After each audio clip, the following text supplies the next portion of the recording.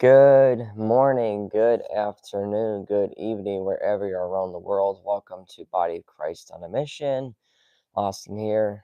I know it's been a while since I've worn a cap, but I figured why not? And I'm a little more casual. I'm not wearing the long sleeves today. Um, I just figured I would just change it up, despite the fact it's still, I don't know, 37 degrees outside. But other than that, anyways, so I know today's gonna be a strange topic, maybe for some of you, maybe it'll resonate. I don't know, but it's been something that has caught my eye the last few days, and unfortunately, the way my shirt is, the microphone's gonna swing around a little bit, so forgive me. Um, Basically, trickery and deceit can be contagious. Be careful what you wish for is the title I came up with. I've been noticing this pattern.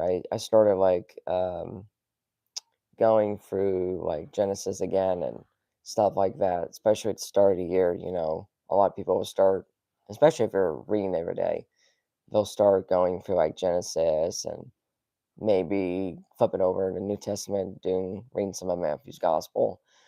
And that's what I've been doing. And I happen to notice in Genesis in particular, there seems to be this recurring theme of, uh, especially if you look at the first, I guess you could call them the first family of faith that came about at post flood.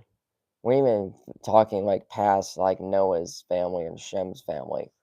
We're going way down the line to what would eventually become the nation of Israel. Um, that would be Abraham's family, or as he was known before, Abram.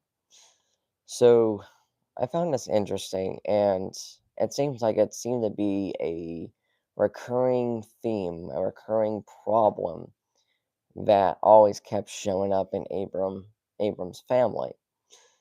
Um, Obviously, this is also post Tower of Babel as well. So now you have all these languages. We're past Noah's time, uh, well past it. So, all right. Well, we'll see how it goes. I may go a little bit over today. Hopefully, not too over. But I'm gonna try to highlight per generation uh, instances where trickery and deceit got involved, and some of them were full out lies, and there were times I believe they were half truths, which, as I've said last month, half truths are still lies. So, starting off in chapter 12 of Genesis, I'm going to start right in verse 10. It says, "Now there was a famine in the land, and Abram went down to Egypt to dwell there, for the famine was severe in the land. And it came to pass when he was close to entering Egypt, that he said to Sarai, his wife, before she became Sarah, 'Indeed, I know that you are a woman of beautiful countenance. Therefore it will happen, when the Egyptians see you, that they will say, This is his wife, and they will kill me, that they will let you live. Please say you are my sister, that it might be well with me for your sake, and I may live because of you.'" Already, he's already digging himself a hole that will eventually foul up multiple generations afterward. Right there, he's already like, "Hey, you're beautiful, and they might take me out because of you. Please lie for me." Well, this is not. This is one of those cases where it's not a lie. In fact, this is a half lie. Partly true. Sarah was Abraham's half sister. I know, weird stuff's gonna come up already. Mind you, this is ancient times, not modern day stuff. The incest word was not a thing. At least not.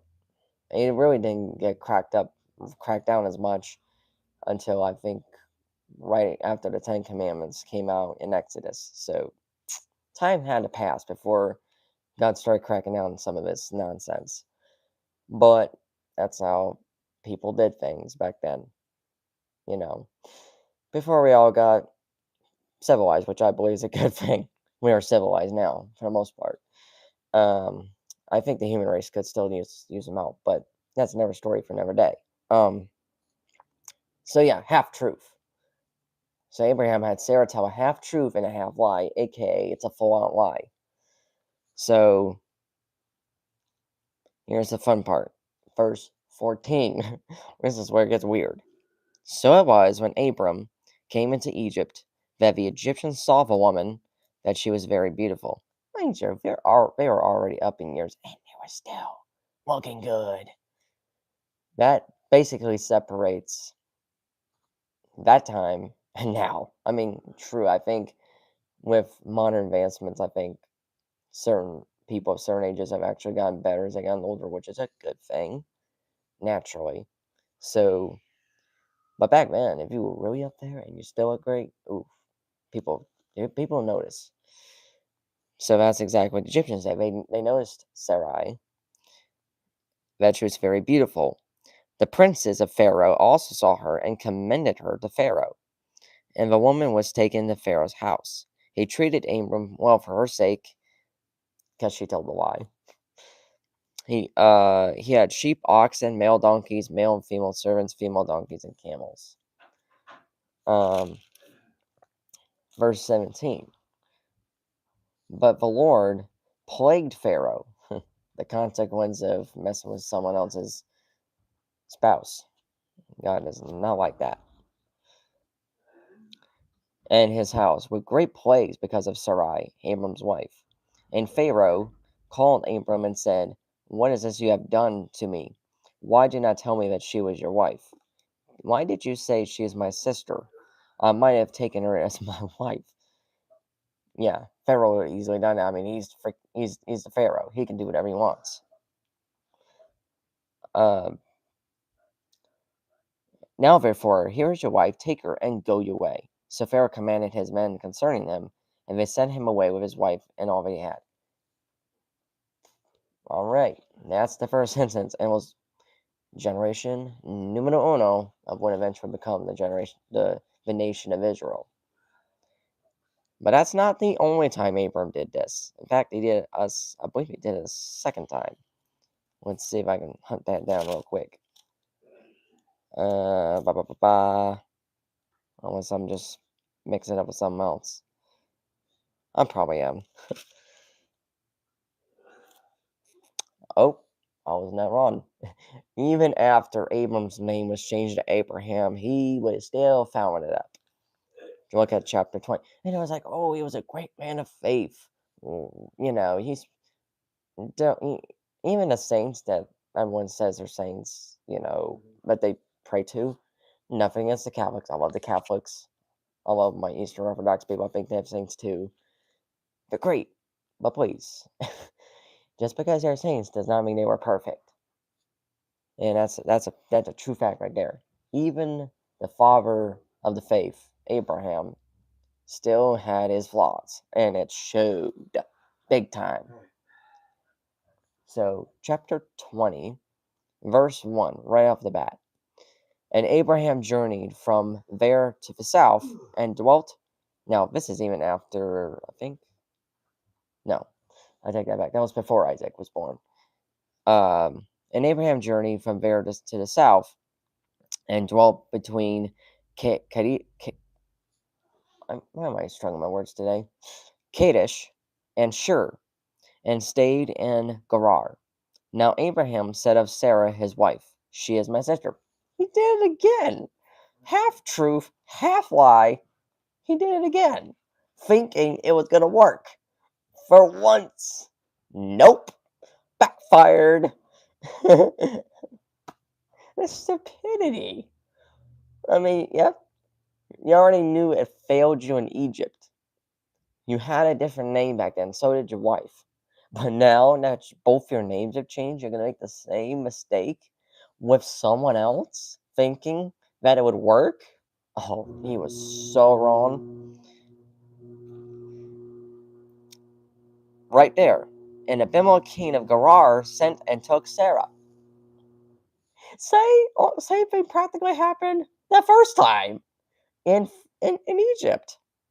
Didn't it occur to Abraham that this would happen again? And would happen almost in the same manner? Right there in verse 3. Now, here's what changed. Look at verse 3.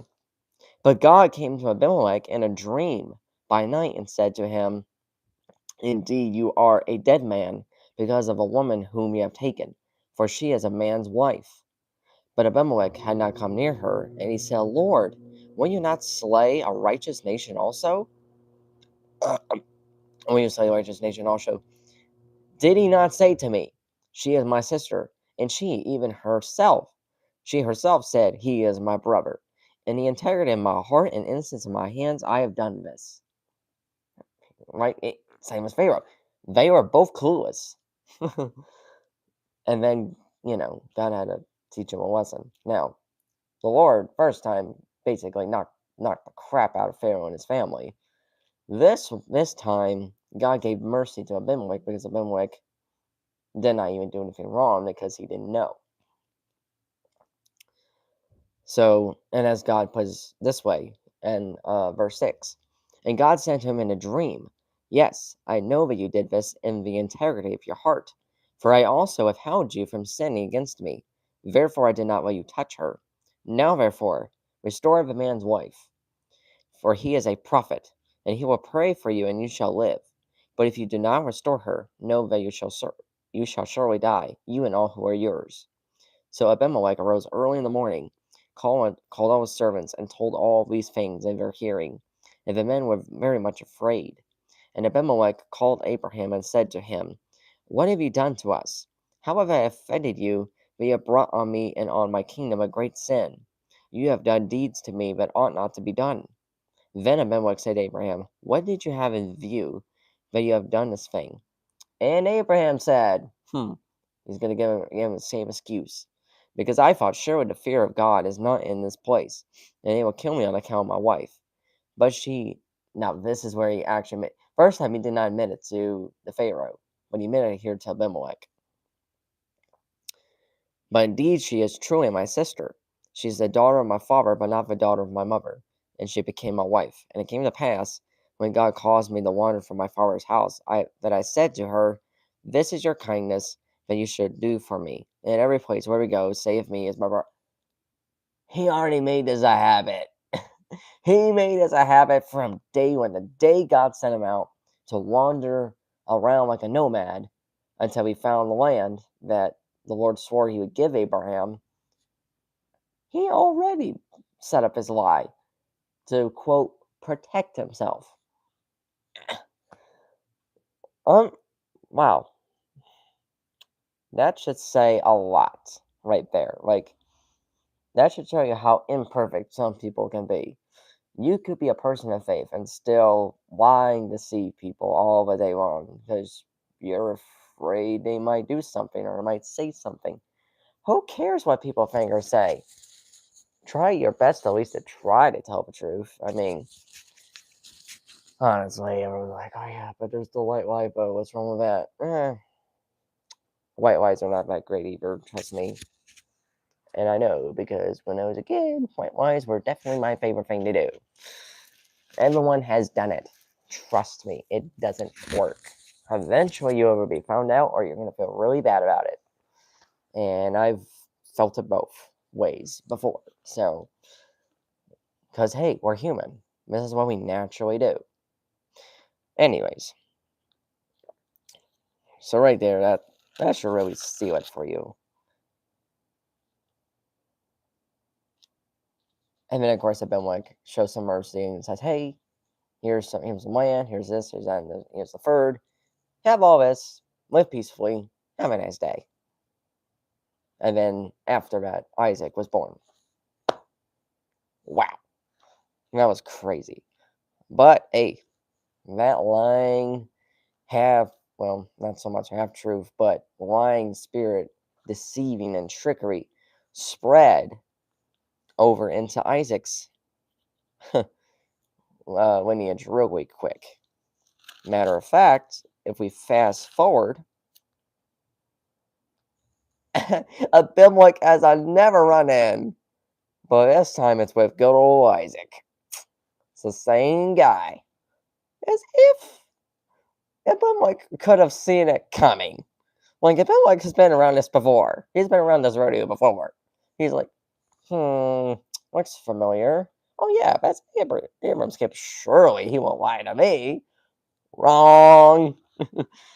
Matter of fact, let's start in chapter 26, verse 1. Isaac and Abimelech, right off the top of the bat. There was a famine in the land. Besides the first famine, that was in the days of Abraham. And Isaac went to Abimelech, king of the Philistines, in Gerar. Yes, the Philistines were a thing back then. Way before. Way before. The David and Goliath situation. I mean, I guess you call them the prehistoric version of the Israelites, have had multiple interactions with the Philistines prior. So that may explain some of their later history and war and all that jazz, if that makes any sense at all. So, anyways, verse 2. Now, here's the fun part. Then the Lord appeared to him and said, do not go down to Egypt. Do not go down to Egypt. Live in the land in which I shall tell you. Dwell in this land, and I will be with you and bless you. For to you and your descendants I give all these lands, and I will perform the oath which I swore to Abraham, your father. So he's basically saying, hey, don't go to Egypt. Because I think the Lord kind of knew that Isaac was going to foul some up anyway. But he's like, better off fouling up in the land I promised than a place that no no one of Abraham's lineage should have anything to mess with. Let's just put it that way. I mean, God knew that the Egyptians were not going to be as easily deceived, and they have a very bad reputation when it comes to dealing with, Israel and all that, or at least Abraham. They knew that problem. God knew that problem. Like, God could see ahead of time. And I think Abraham's deceiving the Pharaoh at that time may have been a huge backfire when it came to later generations. So God was trying to per se delay it, I think. I'm rambling. I apologize. I'm gonna try to make this quick, at least for Isaac's sake. And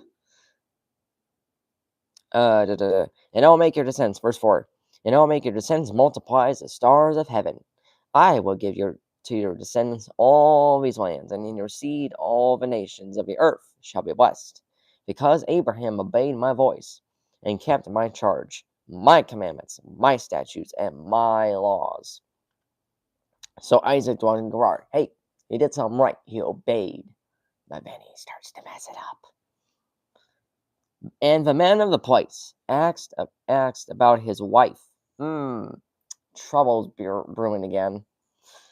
And he said, she is my sister. Oh, he's using Abraham's old trick, thinking it was going to work. But he forgot that in his daddy's case, his mama was technically his daddy's half-sister. So in that case, it was a half-truth, half-lie, aka a lie. In Isaac's case, not so much. See, his wife, Rebecca, was a distant relative of, Abraham's family, his clan. It was a distant relative, but still, it was not even close to the truth. She was not that closely related to him. So, to say that she was his sister was almost pretty much a full-out lie. But what was his reasoning? The same reasoning that Abraham had all those years ago, prior to him showing up. It's like his daddy should have told him, like, son, this is the mistakes I made before you were born. Please don't do this when you're growing up for the love of Jehovah. Please do not do this. Don't make the mistakes I made. But Isaac apparently didn't listen, because he thought, lest the men of the place kill me for Rebecca, because she is beautiful to behold. Sound familiar? All right, now things are going to shift. Things change. Apparently, Abimelech did not learn his lesson either. And Abimelech didn't catch it when he should have. Because he believed a lie. It was a bigger lie than the last one. So, now verse 8. Now when it came to pass, when he had been there a long time, it took him a while, that Abimelech, king of the Philistines, looked for a window.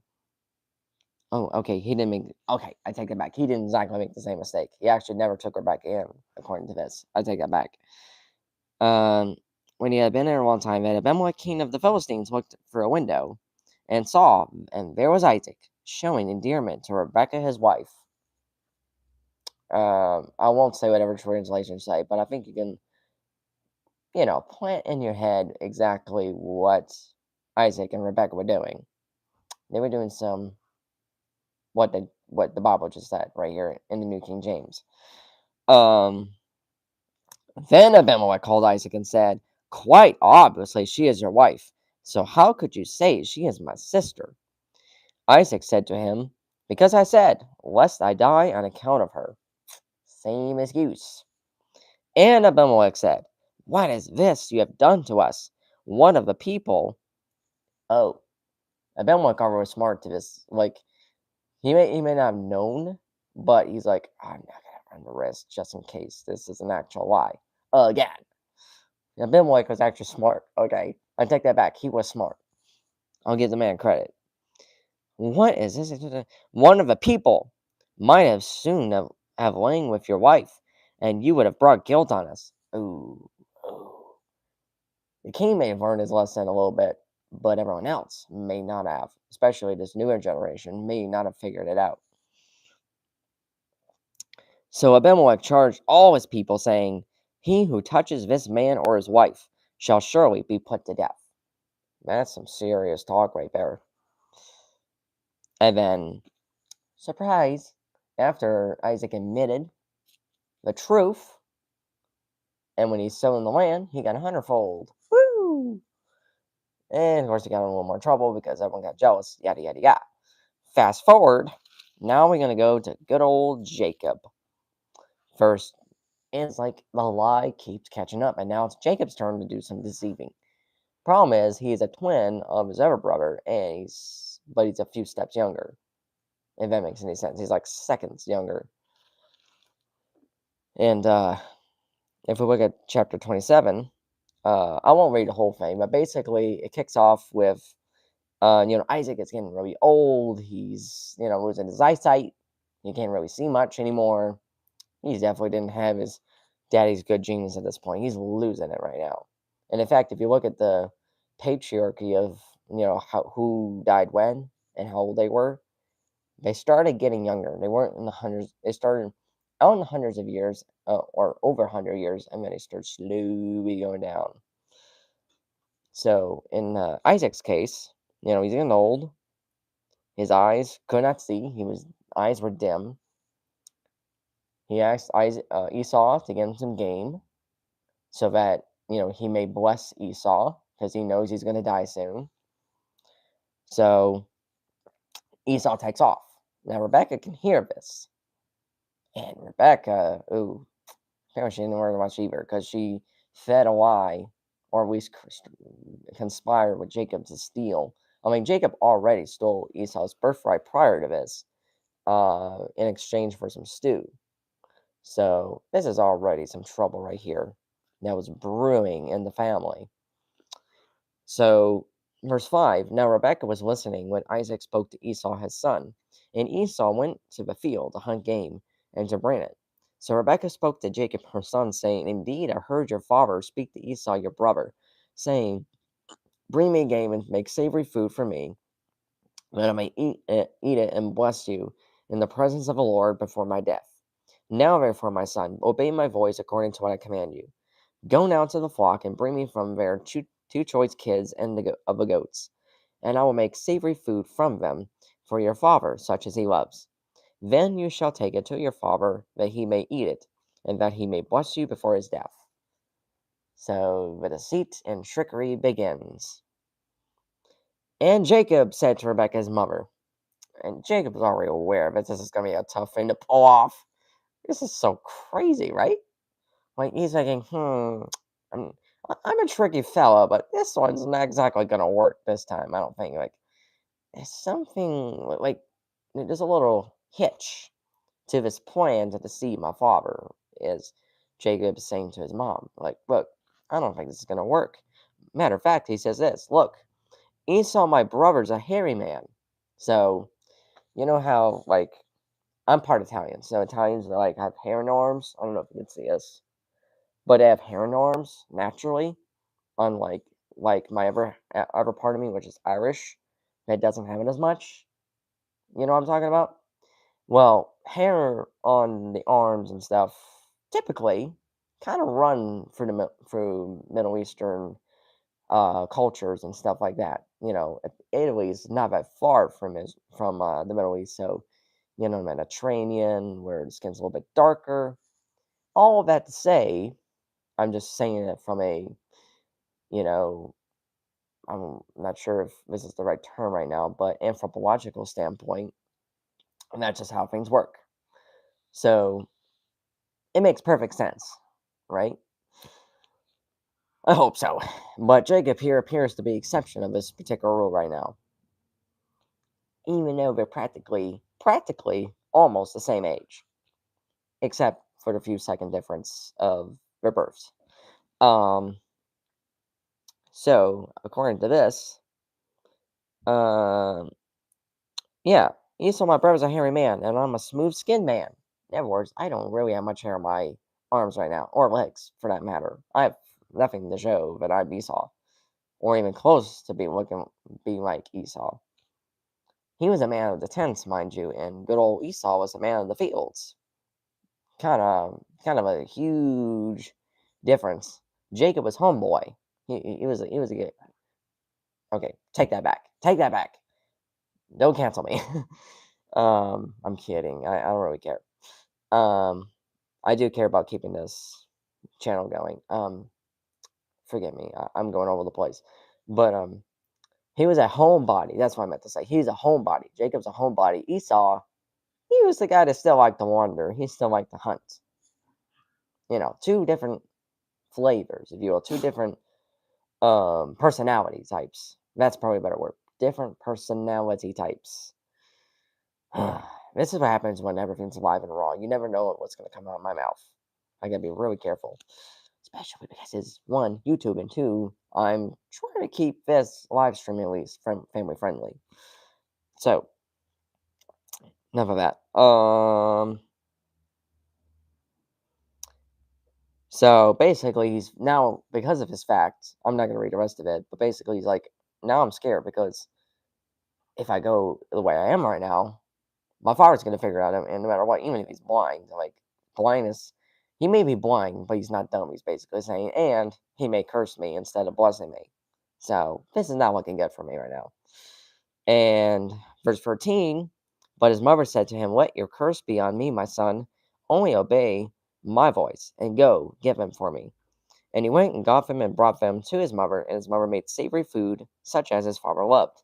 Then Rebekah took the choice clothes of her elder son Esau, which were with her in the house, and put them on Jacob her younger son. And she put the skins of the kids of the goats on his hands and on the smooth part of his neck. Then she gave the savory food and the bread, which she had prepared, into the hand of her son Jacob. So he went to his father and said, my father. And he said, I'm surprised the father didn't figure out the voice. Well, actually, he did. I take that back. He did figure out the voice. Um, he said, uh, and he said, here I am. Who are you, my son? Jacob said to his father, I am Esau, your firstborn. I have done just as you told me. Please arise, sit and eat of my game, that your soul may bless me. But Isaac said to his son, how is it that you have found it so quickly, my son? And he said, because the Lord your God brought it to me. Lying already. But of course, he's running by his mom's instructions, and Rebecca's very used to family members lying to protect themselves. So this is nothing new to her. Verse 21. Isaac said to Jacob, "Please come near, that I may feel you, my son, whether you are really my son Esau or not." So Jacob went near to Isaac his father, and he felt him and said, "The voice is Jacob's voice, but the hands are the hands of Esau." And he did not recognize him, because his hands were hairy like his brother Esau's hands, and so he blessed him. Then he said, "Are you really my son Esau?" He said, "I am." And then he ate the food. Fast forward, he says the blessing. Then Esau comes back. Oh, Esau. He was in for a shock. His daddy asked him the same question. Wait, huh?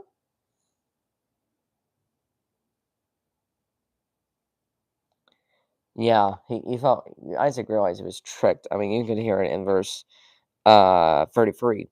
Then Isaac trembled exceedingly and said, "Who? Where is the one who hunted game and brought it to me? I ate all of it before you came, and I have blessed him, and indeed he shall be blessed." When Esau heard the words of his father, he cried in an exceedingly great bitter cry, and said to his father, "Bless me also, O my father."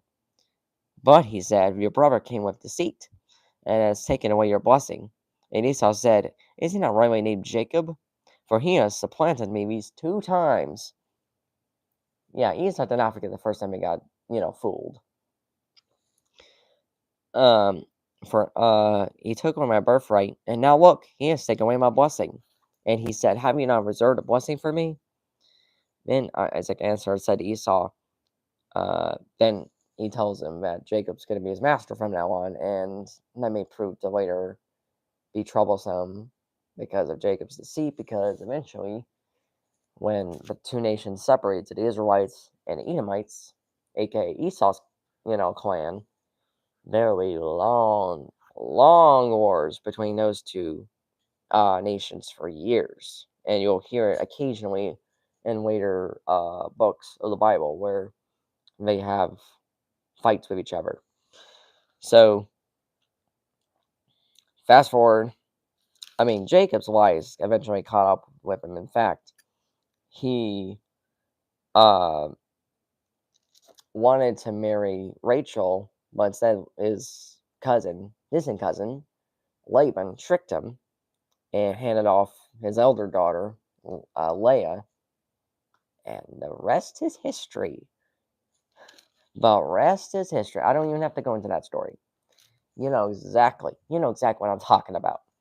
There was a lot of back and forth trickery going on. And even Jacob was fooling Laban with the whole sheep thing and, the stripes and stuff like that. And he was like really savvy with, tricking. Like he knew now how to trick people. And it just continued to go on until finally, Jacob gets sold off. His brothers eventually later come back after he becomes second in command. They don't know this, but next thing you know, he realizes they're his brothers. He tricks them, gets gets Benjamin over. Like his brothers actually tricked Jacob too. Jacob, the father, like they tricked him to believing that Joseph was dead. So there's a lot of trickery even happening then. And then Joseph went around and tricked his brothers, thinking he was making them think he was gonna not take them all out, and like, I'm gonna take your younger brother Benjamin because he reminds me very much of myself. Blah blah blah. Like he goes on, and it just never stops after that. So I'm not gonna go into much detail, but let's just say be careful what you wish for, because eventually it's going to come right back to bite you. And we see it several times in different generations where, like Isaac's deceit, it came back to bite him when Jacob deceived him, and then Jacob's deceit came back to bite him when he went to find a wife. He got tricked multiple times, and then he tried to trick back to protect himself, to get some leverage, but it just the cycle continues. If Jacob gets deceived again, and it's a hit the light. It's just a never-ending cycle, and if you can nip it in the bud while you can, Oh, I that's probably the best thing you could do. We that was a crazy, crazy episode. I had fun doing this, honestly. Like, this is the first time in a while I've had. I mean, if I've had fun with previous episodes, but this is probably one of my funnest, or I should say, most fun, to be using the correct English, most fun episode I've done in a while. So, hope y'all enjoyed it. I'm gonna stop it right here. I usually share my lives to Facebook right before I go live, but I forgot to do it this time again. I've done it. I've forgotten a few times already, but I will share this episode to Facebook as soon as I end this live stream. So until next time, and by Christ in a mission. I love you. God loves you. Jesus loves you. Love, peace, joy, and Holy Ghost. God bless.